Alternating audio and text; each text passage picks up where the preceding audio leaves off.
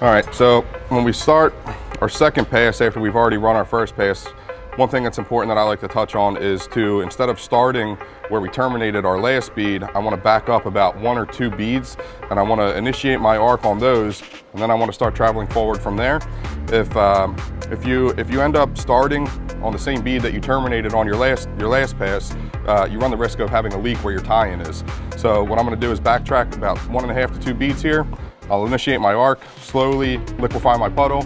Once I have liquid, I'll begin to start traveling and adding my filler wire as needed.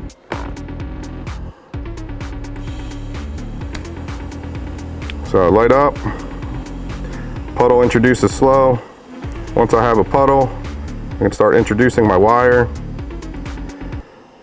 Feeding my wire into the puddle as much as necessary to create the bead profile that I'm looking for to keep it consistent with the previous beads.